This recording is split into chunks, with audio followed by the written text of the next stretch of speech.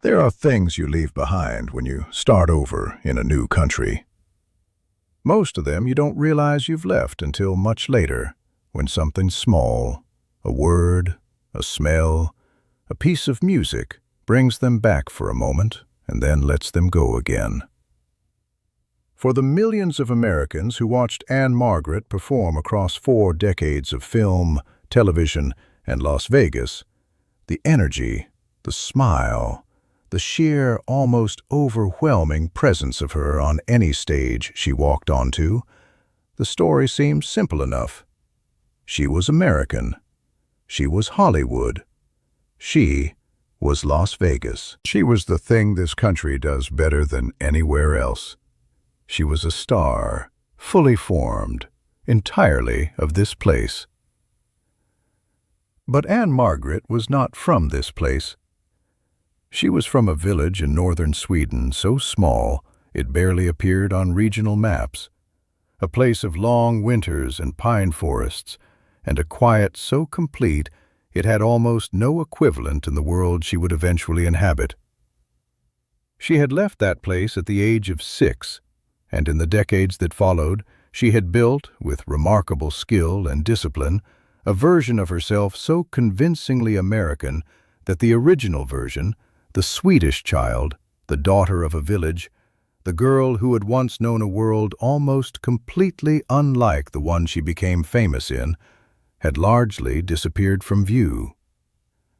Not entirely, never entirely, but enough that almost no one who watched her perform, from the front of a room or from behind a television screen, ever thought to wonder what she had left behind when she arrived. Valsjöbyn is a village in Jämtland in the north of Sweden, a place defined less by what it has than by what surrounds it.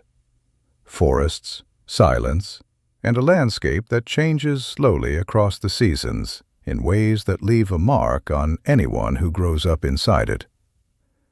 In the early 1940s, when Ann-Margret was born there, it was the kind of place where everyone knew everyone, where winters were long enough to become their own kind of world, and where life moved at a pace that had almost nothing in common with the cities that were reshaping the rest of the century. Her father, Carl Gustav Olsson, was an electrician. Her mother, Anna, held the household together with the kind of quiet, practical competence that rarely gets recorded in any official account, but that shapes everything around it. They were not a famous family. They were not a wealthy family. They were a Swedish family, rooted in a specific place, living the specific life that place made possible. In 1946, Carl Gustav found work in America, in Illinois, far from the forests and silences of Jämtland, in the flat, fast, perpetually moving world of the American Midwest. The family would follow. Ann-Margret was 5 years old. She would never live in Sweden again. What does a 5-year-old understand about leaving? Not the permanence of it, not the full weight of what not returning actually means. A child that age understands departure the way they understand most things, in the immediate sensory details of the experience itself. The suitcase, the journey, the strangeness of a new place. What a child that age does not understand, and what she would spend years working out, was the particular kind of double existence that immigration creates. The way you carry one version of yourself inside you from a place that no longer surrounds you, while building another version outside, in the language and rhythms and social codes of a world you were not born into. She grew up in Wilmette, Illinois, a suburb north of Chicago, a long way from Valsjöbyn in every sense. She learned English. She went to school. She learned to move through the world as an American child does, forward, loudly, with the particular confidence that American culture encourages and rewards. She was, by all accounts, a quick adaptation, The kind of child who absorbed a new environment so completely that from the outside, the transition seemed effortless. But adaptation is not replacement. The Swedish version of her did not disappear because the American version was being built on top of it. It went quiet. It moved to a place that was not accessible in ordinary conversation, not visible in the daily performance of being who she was becoming. It stayed in the way that early things always stay, not as a constant presence, but as a layer underneath everything else, a depth, an undertone. She would not know for a long time how much of it she was still carrying. Ann-Margret Olsen became Ann-Margret, professionally, publicly, entirely, through the specific machinery of the American entertainment industry, which is the most efficient identity-building mechanism the 20th century produced. It took a Swedish immigrant's daughter from Wilmette, Illinois, identified something extraordinary in her, the voice, the movement, the combination of beauty and energy, and an almost reckless commitment to full performance, and built around that something a version of a person that the American public would accept, celebrate, and eventually love. The name itself, Ann-Margret. Her own given name, hyphenated in the Swedish way, with the surname removed. She kept the Swedish in the name itself, in the hyphen, in the construction, while shedding the surname that would have anchored her to a specific family, a specific origin. It was, in retrospect, a precise act. She did not become someone entirely new. She became a reduced, clarified, portable version of herself, carrying just enough of her actual name to remain herself, and releasing enough to become what the industry needed. What the industry needed in the early 1960s was not a Swedish immigrant. It needed exactly what she appeared to be: American energy, American confidence, American physical presence, American optimism. And she provided it, fully, convincingly, with a commitment that looked, to everyone watching, exactly like what it appeared to be.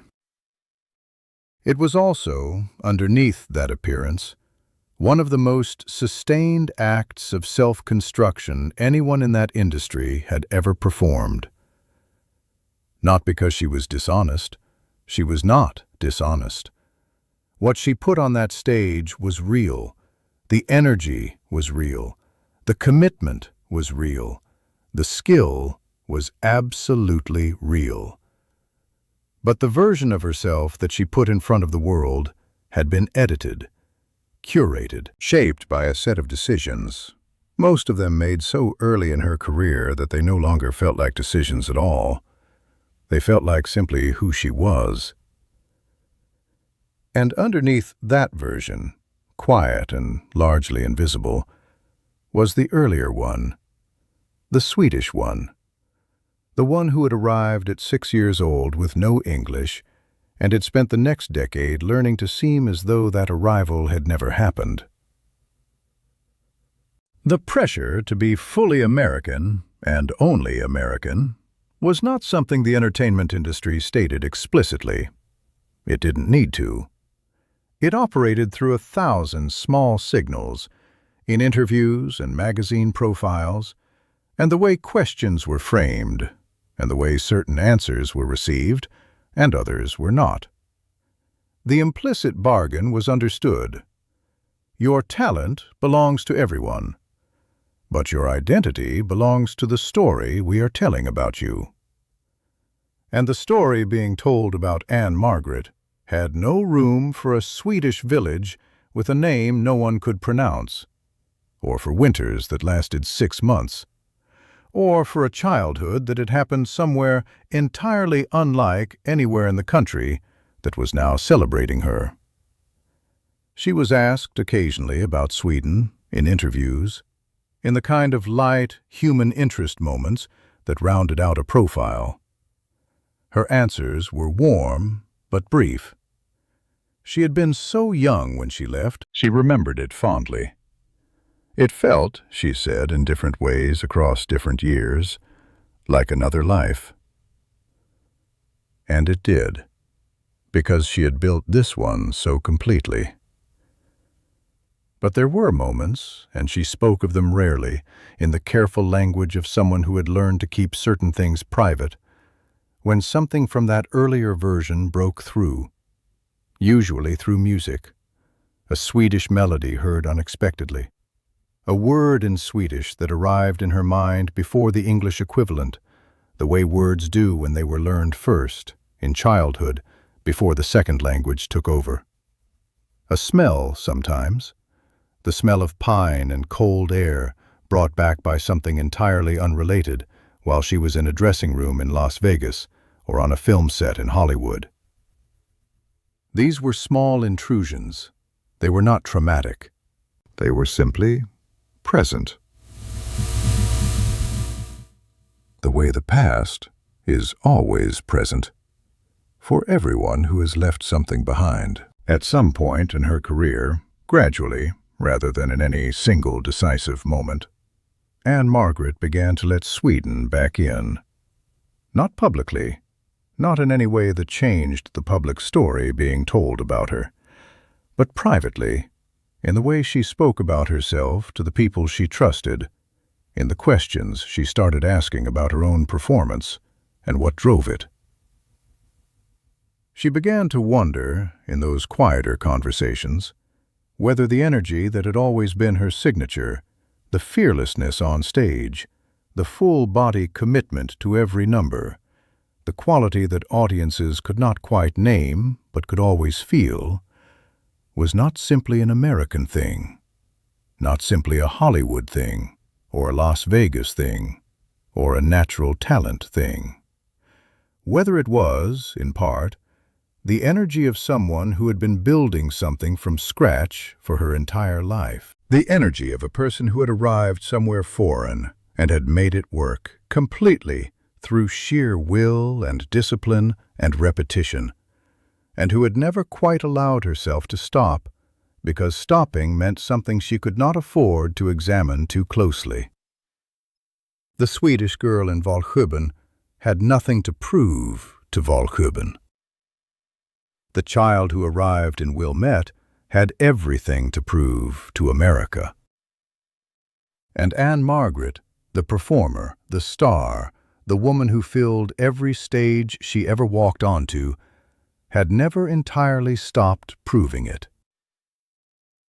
There were interviews, late in her career, where she spoke more openly about Sweden than she ever had in her earlier years.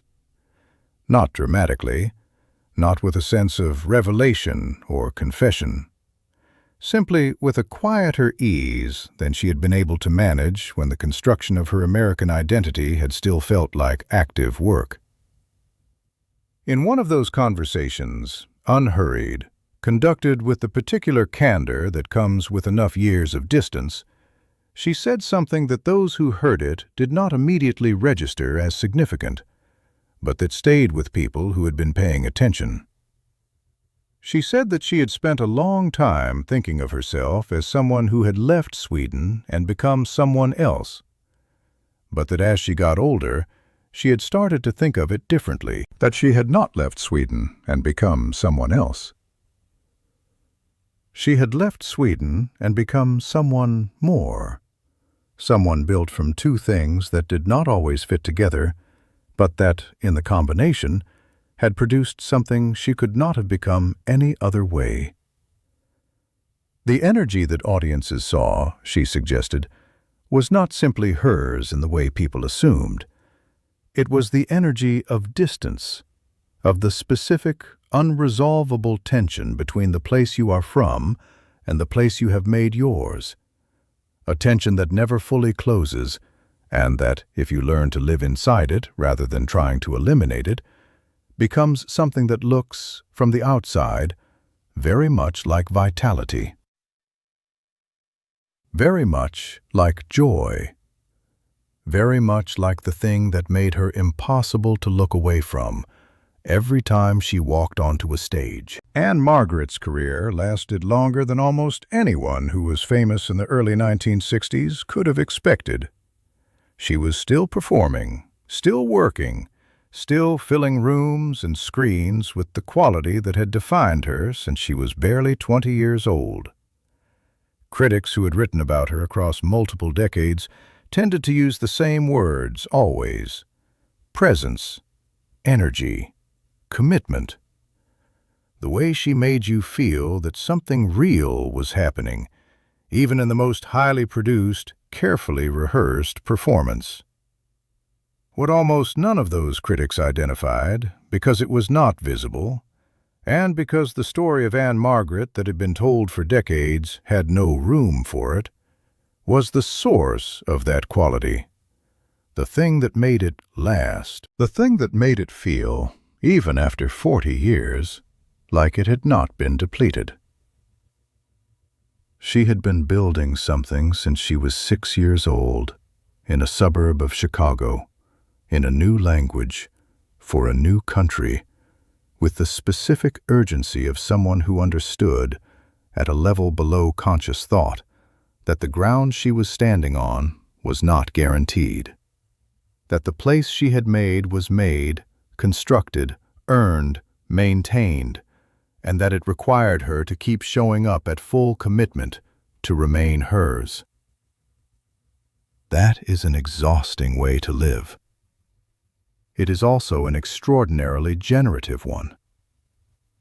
And it explained, perhaps, what her audiences had always felt without being able to name, that when Ann-Margret performed, something was at stake. Not in a dramatic way, not in a way anyone could point to, just in the way things are at stake for people who have built their world themselves, and who have never entirely forgotten what it felt like to arrive somewhere and have nothing yet. There are things you leave behind when you start over in a new country: a language, a landscape, a version of yourself that belonged to a specific place and could not survive the distance. Ann-Margret left a Swedish village at 6 years old and spent the next 60 years building something remarkable in its place, on stages and film sets and television screens, in Las Vegas and Hollywood, and everywhere the American entertainment industry reached. But she did not leave everything behind. She left something. She kept something. And the thing she kept, the thing she carried across an ocean at 6 years old, without knowing she was carrying it, without knowing what it would become, was, it turned out, the most important thing she had. Not her name, not her voice, not her particular gift for a stage.